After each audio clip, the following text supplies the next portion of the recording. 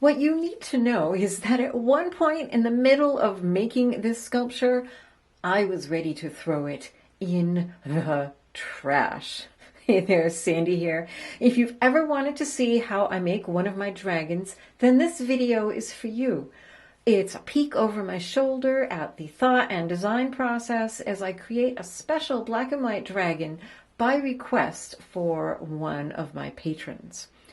When my patron Lila asked me to make a black and white dragon, I wasn't sure about that, as color is usually my thing, but it turned out to be a great challenge. So what you see I'm doing here is just mixing a blend. I figured, well, black and white, let's make your classic blend of black to white. And I actually started out by making a bunch of canes that are black and white. And I'll use those, and this is just your classic method of making a bullseye cane by taking that blend and then rolling it down thinner and thinner on the pasta machine. And then you can make all kinds of interesting things with it. So now I've got my long piece. And what I do with the center of a bullseye is I take up that messy end and roll it into a little bit of a log. I just find that's a great way of dealing with the end and making it even. And then you can roll it up. And of course, you could make two of these and roll one with the white on the inside and another with the black on the inside. But I kept them all with the black on the outside. And you kind of squish it. If your strip gets a little narrow, then you squish your roll so that it fits the same width. And there we go. That's a basic bullseye blend. And I wanted a little bit more black on the outside, so I just added a wrap here. These are real basic cane making techniques. It wasn't quite long enough, so I just stretched it. That works. We're not doing real precise work here at all. And reducing it just a little, and then I'm going to use this one cane to make a few different things. Just real simple basic things that will be reduced way down and used as decoration on the dragon. Here I'm just cutting off a small piece and setting it aside. It's always a good practice when you're making canes like this to keep pieces aside in various sizes. So yeah, there's an acrylic roller which really helps rolling even pieces. So there's one, and then I'll roll this next one out longer. And as you can imagine, I only use a tiny amount of these on the final dragon, but it's nice to just make a whole bunch of things and set them aside to use. And that way you have all kinds of things to choose from. So now I'll cut another piece. And this one I'm going to make into a leaf. My idea is to just make little vines and leaves and flowers. And this is a real classic way of making a leaf cane. If you've never made one before, you make a bullseye. It could just be a solid piece, but a bullseye is nice, so you have a little bit of shading. And then you cut that round cane into 3 slices, adding a section that's going to be leaf veins in between each of those. So cutting it, and again, I'm not being real precise here. I'm just cutting that sheet that I rolled out to be the same size, and then we put them all back together. So we've got that divided in thirds, or in fourths actually. And then I cut that in half on the diagonal and put one more piece in between those on the diagonal, except when you put them back together, you do it so that the diagonals make a V, and that is what gives you your leaf veins. And then this can be reduced down. I should have saved some large at this point because I ended up using a leaf cane for the wings, and I had to make another because I had reduced it all too small. So there's my leaf cane, and rolling it to different sizes. Well, again, except for the wings, I really only used one little itty bitty size. Here's some more of the bullseye. And this one I'm just going to add a little bit of interest by wrapping it in a thick band of white and then black on the outside. So this is a simple way you can just change up a cane and make it a little bit different, have some variation.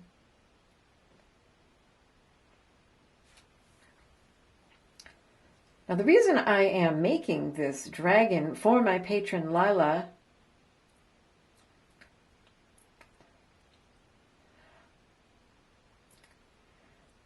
is that she supports.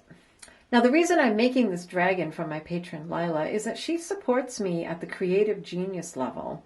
And for every 6 months at that level, patrons get to choose a custom piece. So Lila's been supporting me for a while, and she has gotten several pieces.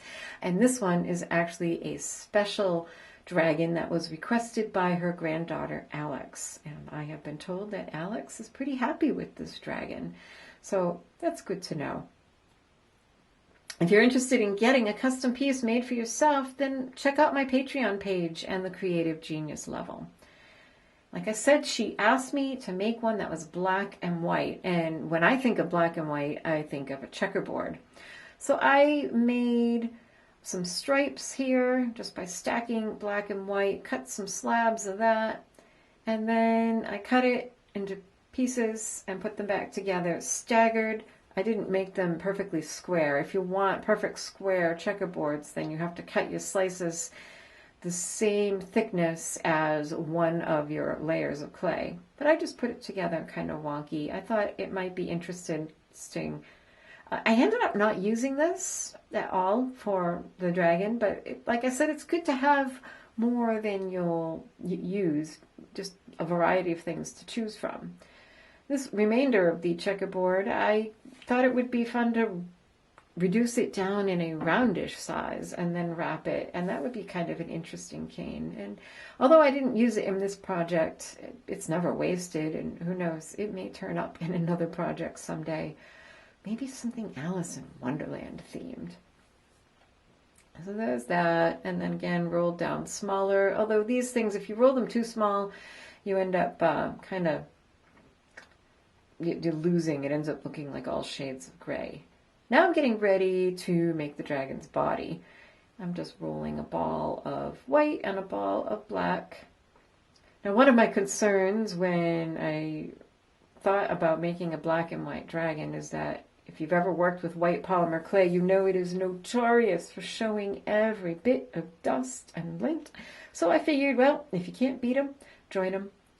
And so what I'm doing here, I set aside a little piece of white for the very end of the dragon's head. And now I am adding black embossing powder to the white, mixing that in, and so it'll have little speckles, which I think will be an interesting look for a dragon, and help keep me from losing my mind trying to keep the white portion perfectly clean, because I've already added in all those black bits, right? So once that's all mixed in, then I'm going to go ahead and just kind of roughly make a triangle. When you're making a blend, you do not have to roll out perfect triangles. In fact, for this one, and I went through it pretty quick on the other one, the black doesn't really want to be a triangle. If you want a nice gradient, black is such a strong color that you need to do it on this curve. And notice how precise I am not being here. Not at all. By doing the black on this curve, you actually get a far more even blend than if you were to do a triangle, because, like I said, black is a much stronger color than white, and it will overpower it very quickly. So you can see this is actually much more even. And I'm adding that piece of plain white on the very end. And the reason this goes wonky is because the white is so much softer than the black, which will turn out to be an issue later. But at the moment, we're just going to carry on. And I probably should have kept that blend a little bit more narrow and not let it get the full width of the pasta machine, because now I'm having to kind of squish it down and make it a little less long. So I'm making it about the length I want my dragon to be. And that's making my blend not quite so smooth. In the end, I think it's just fine. I don't think it's an issue. I wasn't really thrilled with it here. You can see I was trying to kind of smudge that gray and blend it, but that didn't work out so well. It turned out fine. I'm also cutting off any icky bits. And then we'll smooth it out again and kind of squish it together to, again, make more of a dragon body, which is going to be thicker in the middle and narrower at both ends. And to shape a dragon's head, what I like to do is use the edge of my pinky finger. You'll see me doing this here and kind of create the neck of the dragon. So we'll make sure that end, the white that's going to be the head, is blunt. And then I'm just using my pinky to kind of make a gentle roll there. And then just pinch the nose and start to make the shape of the dragon's head. Smooth it out, which is not easy because this white is so soft. Just try to make it as smooth as I can. Smooth the transition between the head and the body. And the acrylic roller helps a little bit, making it more smooth and less fingerprinty. And then roll out that tail. I love to make a nice long tail on my dragons. Getting it as smooth as I can manage. It just, the white, every little ding and bump and lump and fingerprint shows. And while I'm working on this, I just want to take a minute and say thank you so much to all of my patrons at every level. You are a blessing to me, and I love you all so much. Your support means a lot, and without you, I probably would not be making YouTube videos anymore. So thank you, thank you, thank you. Now here I've got a box of things that I've pre-baked for dragons or anything. Those are some little black balls of clay that I pre-baked for eyes. And the largest ones I tried, and I thought they were just too small. I wanted my dragon to be kind of cute. And one way to do that is to give them really big oversized eyes. So I went and got some glass beads. These are, I believe, 8mm glass beads, and they look way too big when you put them on there, but that's what makes them cute. Once you start adding eyelids and things, though, they look just about right. So you just press them in, reshape his face, and now we'll take some little bits of clay and make eyelids. I started with white, and then I mixed up a gray. I actually ended up in the final project painting these black because they were just, they just didn't look quite right, grayish. I thought they looked better black. So I'm kind of rolling an oval, and as with many things when you're doing the details, you'll find whatever you first roll is probably 4 or 10 times bigger than you're going to need. So like I rolled that little oval, flattened it out, cut it in half for an eyelid, and realized that probably that one piece would be enough for both eyelids. That was just too big. Yeah, so that comes off. And this happens all the time with making these details. Again, flatten, reshape. See how lumpy that white is. It's just so hard to get it smooth. And then cut off a little piece and kind of curve it. And it's easiest if you curve it a little bit before you put it on the dragon. And this is a real fiddly part. Although I'm probably making it look more fiddly than it is because I'm doing this on camera rather than doing it under my magnifying light and being able to lift it up to my face and really see what I'm doing. When you're doing the under lid, the bottom lid, for anyone, dragon, person, or otherwise, do be careful not to make it too big because it'll make them look sleepy or like they've been crying. So like that first one that I used, I'm now using half of it. And I may even cut off a little more of that. No, I think that's the final one. Even that, yeah, I actually did, it trimmed off a little with my blade. Made it just a little thinner. And then try not to roll the dragon in those leftover bits.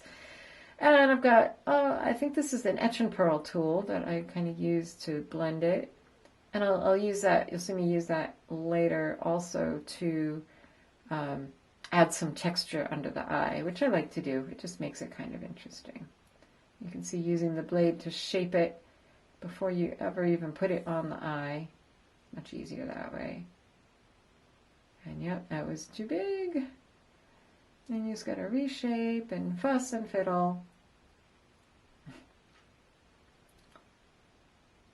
And again, kind of trimming some of that away because it was just too fat.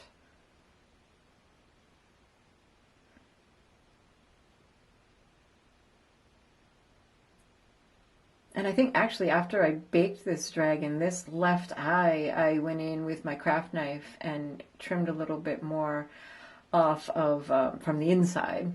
I did that off camera because I really needed to hold it up to the light and be able to see what I was doing. So you can do whatever you want here. You can make lines, dots. I did all of the above. Just add some interest around the eye. And then I rolled some little dots. Oh no, this is kind of a longish rice-shaped piece. I love what these do on dragons.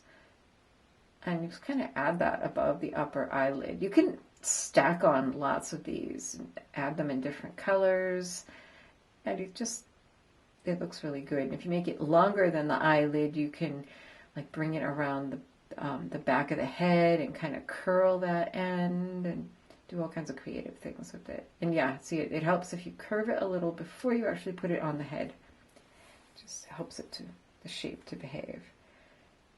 Here are some of the canes that I made, and I thought I might use these as decoration under the eye. So I cut it in half, so I have these little half circles, and yeah, no, didn't like that, so I took that off. So instead, one of my favorite tricks is just cutting little tiny, or rolling little tiny balls of clay. And you just roll and roll and roll and roll a whole bunch of them. There's a few. I'm trying to make those sort of even. And I realized, yeah, the biggest one I rolled is probably twice as big as it needs to be. So you see what I did there? I rolled it into a little log and then cut it in half, and that makes them a more reasonable size.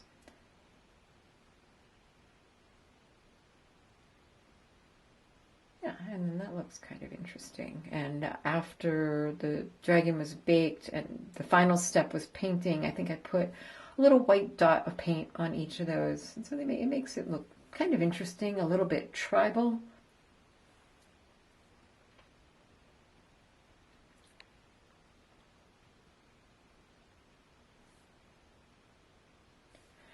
I love doing this part of the faces where you just use your imagination and play, try things, don't be afraid to take them off. And you know, if at any point you find you absolutely hate it, you can just kind of scrape off the black parts, pull out the beads, roll it up, and start again. I have done that when I just utterly hated it. So here's a place where I did find a good use for that cane.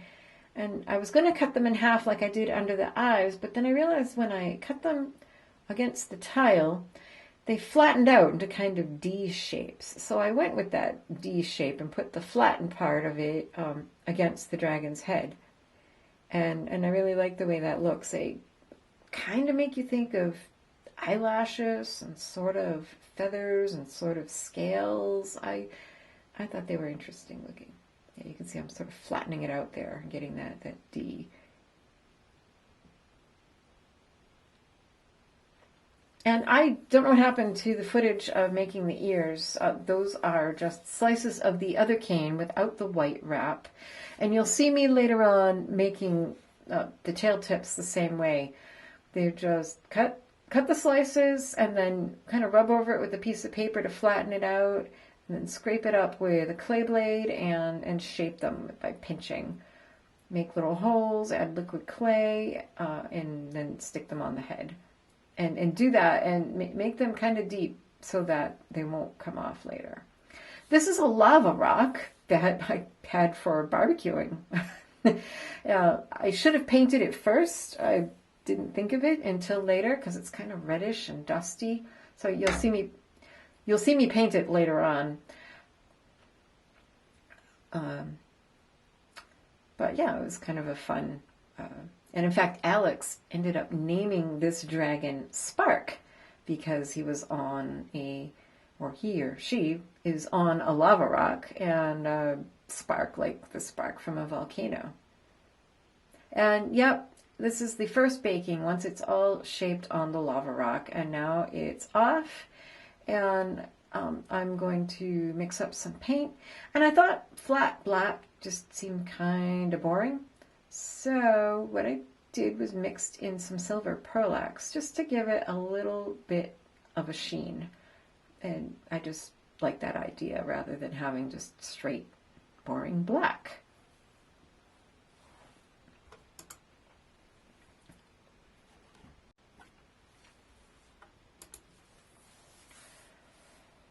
And just added enough paint with the pearlax to make a good consistency for painting. This lava rock soaked up a lot of paint. But I think it goes much better with the dragon.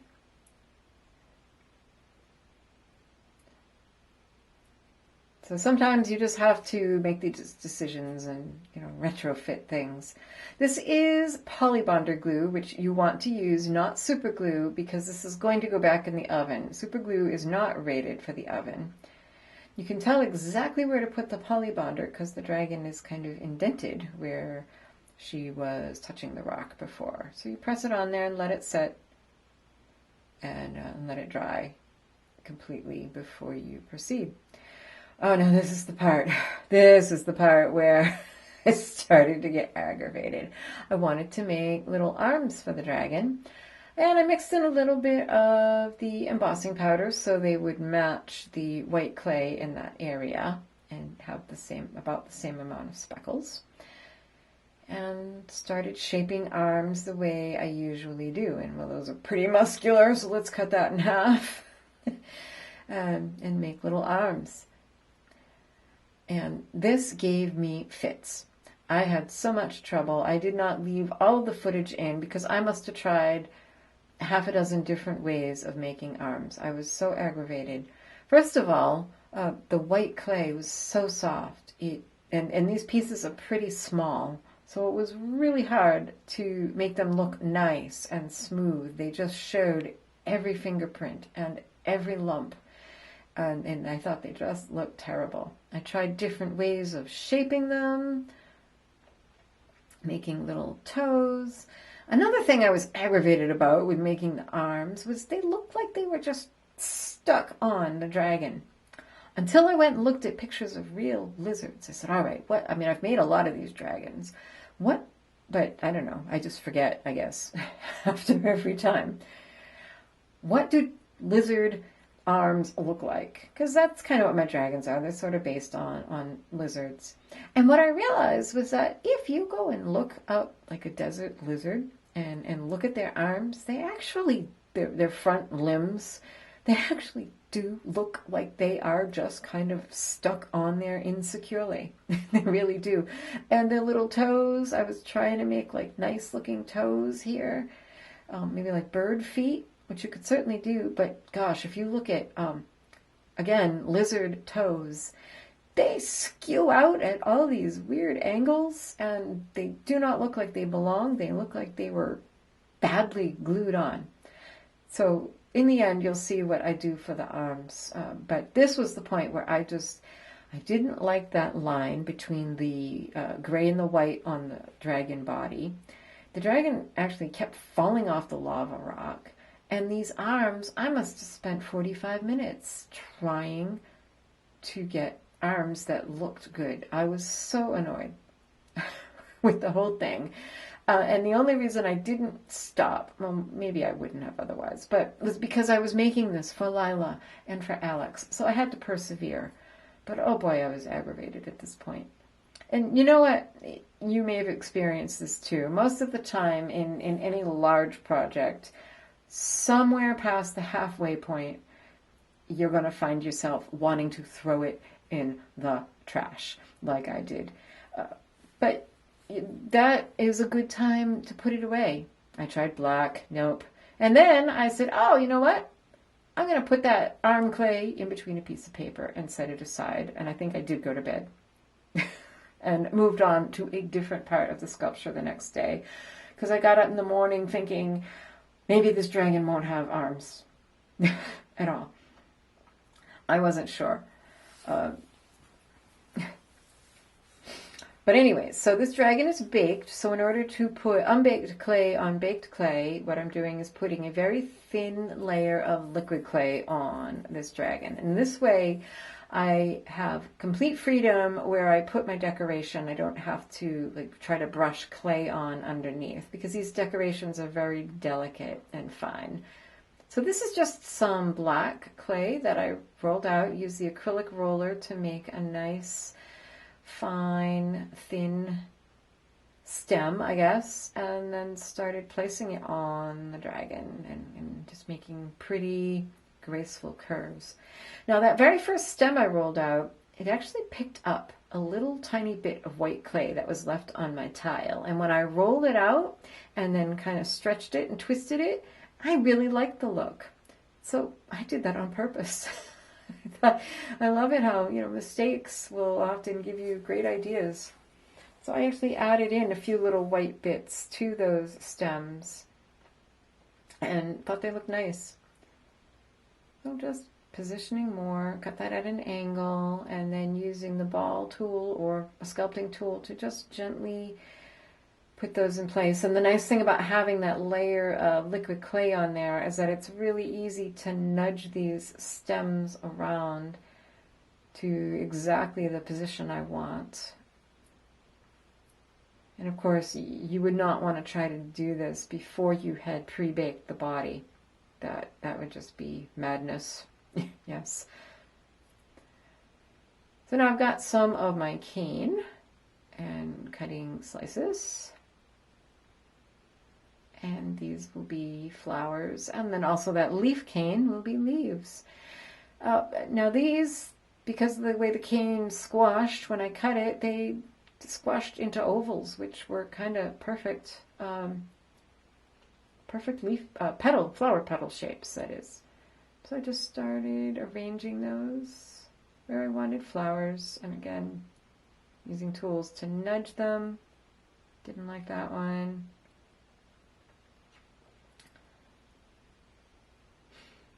And later you'll see some of these petals I actually pinched into more teardrop shapes.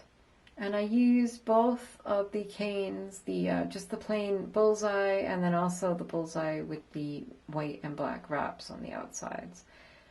Here I'm using a ball tool to push those down, but later I'm going to put a little black ball in the middle, and that will hold a rhinestone in a bit. But later I found I really liked the way it looked better using a needle tool to kind of press a straight line in. It adds some texture, but also, more importantly, it adheres these cane slices more firmly to the dragon. So we got the little black balls and then more stem. And this is, for me, this is the fun part, adding, well, it's all fun, but adding the details. And I was trying to tuck that under so it looked like it was gracefully flowing around the dragon. And I think this is the leaf cane. Yep, checking. And then this one, of course, you want to pinch into a leaf shape. And that's a little fiddly. Just take your time, pinch your leaf shapes, and then kind of face them in the right direction. And, I think I was holding it off to the left. That's where my magnifying light is. I think I was looking under the light, trying to make sure I had them positioned right. And then just using the needle tool here to add a single line down each adds, again, some texture and also adheres them better to the dragon. Now, I'm not sure if at this point, no, I haven't baked it yet. What am I doing here? I don't know. Oh, rolling out more stem. Yeah. I love the way the acrylic block helps you to roll out a really, really thin, even strand. You couldn't, I don't think you could do it. Oh, maybe you could. It would be harder to do with your fingers. And here I wanted a little curlicue, and it's often easier to shape this on your tile first and then place it in position where you want it.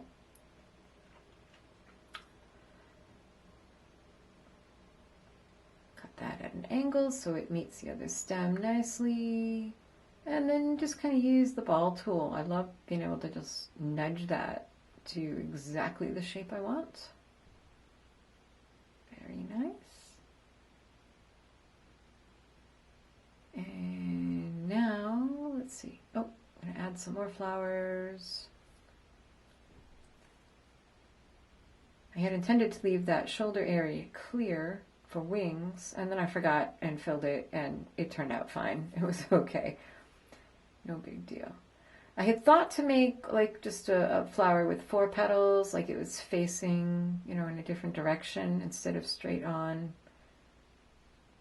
I think I did go back and add more petals to that one.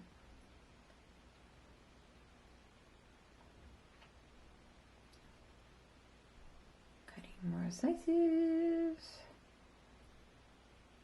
And this is where it's great to have a whole variety of things to choose from. I did try, I don't think I caught it on camera, using like the checkerboard. I just didn't think it suited this style that I was doing with the flowy vines. I kind of wanted to keep it all organic looking. So at this point, I kind of gave you a wide angle just so you could see all the stuff I have scattered all about, all the tools and the canes. But here I am opening up some rhinestones. These are 2mm hot fix rhinestones, and that is a wonderful rhinestone pickup tool. It's just got like a little bit of wax on the end. And I'm pressing those into the little black balls that I put in the center of each of the flowers. And the hot fix is activated by the heat of the oven. And so once you bake it, then it is permanent. And I'm adding a few more of those, just little black balls with the rhinestones down the dragon's face. If you look at the final photos of the dragon's face, you might notice it looks different. That's because these were so crooked that off camera I pulled them all off and redid them so they were straight. Now, here's my piece that was in the paper, and I don't know if you could see that. You could see the grease spot. Basically what I did was I leached this clay, and now it is much firmer and a whole lot easier to use. And I don't know why I didn't think of that for that whole 45 minutes that I was fighting with the arms. It just didn't occur to me till like a day later that, oh, I could leach that clay. Duh. So even though I've been doing this for years, yeah, sometimes the obvious solution doesn't come to me for a while. So now we're shaping arms, and now look, hooray, they're behaving, they're not squashing out crazy. And so I rolled the arms, bent for the elbows, and I'm making little teardrops. And here's some more of those pieces I pre-baked. These are actually meant to be teeth for dragons, but I thought they'd make really good little claws. And so I'm just putting a little liquid clay on the end of each one and then jamming them into that little teardrop shape. Again, take a look at lizard toes, and they kind of look even crazier than this, some of them. Just going off at all sorts of odd angles. So I think I gave each of them 4 toes. And a little bit of liquid clay, and actually there's a little white spot there where I had put a foot before, so I knew exactly where I wanted that one to go. Add a little liquid clay to that. Kind of trying to straighten out those toes, but they're all over. Yeah. Fiddle, fiddle, fiddle. There we go. And using the ball tool to kind of make spaces in between them so they look maybe a tiny bit more natural. And then adding liquid clay where I'm going to put both ends of the arm. Again, I was reassured by my research on actual lizards that their arms honestly do kind of look like this, just stuck on awkwardly. Adding the little elbow crease, smoothing it a little bit to the body, so because we don't want it falling off later on. And I think I ended up coming in with a craft knife and cutting away some of that excess of the foot. You can also use liquid clay and smooth things out a little bit. And I didn't show it, but I did the same on the other foot. Oh yeah, I came in with some tweezers and fixed that toe, which was going off all cockeyed. Add a little liquid clay. And then, you know, it's just a matter of fiddling and finessing until you are happy with it.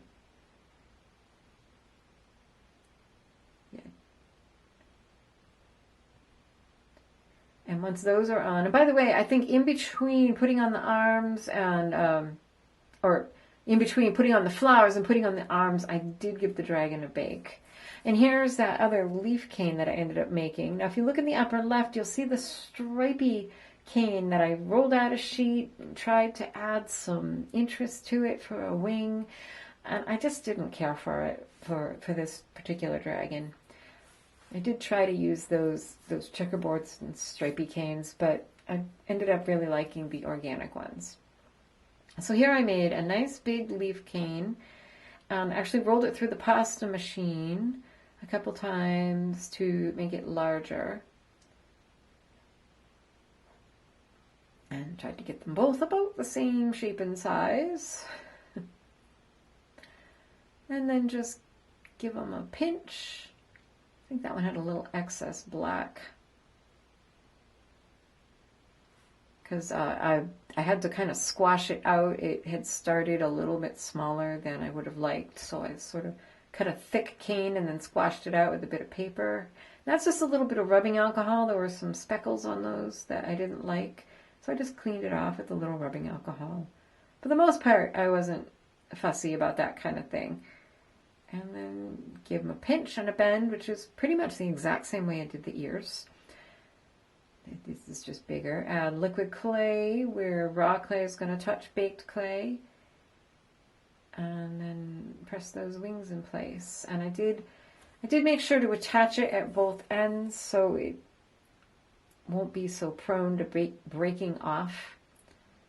I do sometimes like to have wings kind of unsupported up in the air, but they tend to be very fragile. And this was going to be shipped to Lila and Alex, so I wanted to be sure they would be secure. And I love giving them just a little bit of a curve and a twist. I think they just look interesting and lively that way.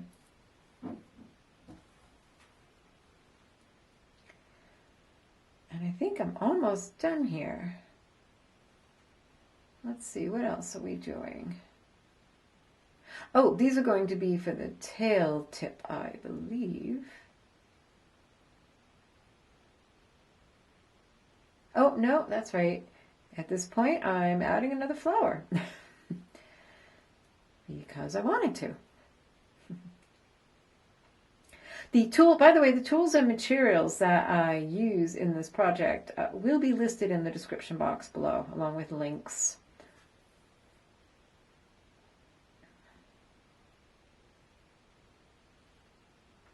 And when you're done with this video, you learn more by watching the Clay, Dragon, and Fantasy playlist that I put together for you. You'll see a link for that in the upper right.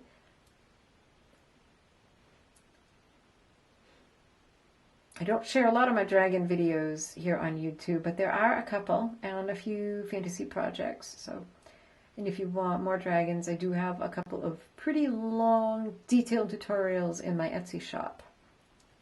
Oh, so that flower gets its little rhinestone center. But this dragon has probably gone through 4 or 5 bakes at this time. First I baked the body. Then I baked it after I added the flowers. And then I think, I'm not sure if I baked it after adding the arms before the wings. It's not a bad idea. I tend to be klutzy and grab things and forget that it's squashy. and then I wreck things. So I do a lot of baking. Oh, here's the tail tip. Sorry, this is that bigger piece of leaf cane that I had set aside. And this is how I made the ears as well, just with the bullseye cane. Cut slices, use the paper to make them a little bit bigger because I could have saved a bigger piece. So what you do is you cut it thick and then you can use the paper to kind of squash it out and make it a little bigger. It's best to only go in the direction of reducing it smaller. And then you do that little pinch and twist maneuver, and that gives you, that's the exact same shape as the ears. And I'm just going to add these to the dragon. I've got it sitting on the tile right now because I want this tail tip to end up flat on the surface. So it won't be in the air unsupported. And by the way, speaking of supported, every time I bake this dragon, I tuck batting under the chin and under any areas like the wings that might droop in the oven. And then I felt like it just needed a little bit more white on the end. The white baked just the slightest bit tinted, not clear white. And so I used a dotting tool and added some white dots, getting kind of finer and finer as they go further down the body. So check out the clay dragon and fantasy playlist that I made for you. Let me know what colors the dragon you would make.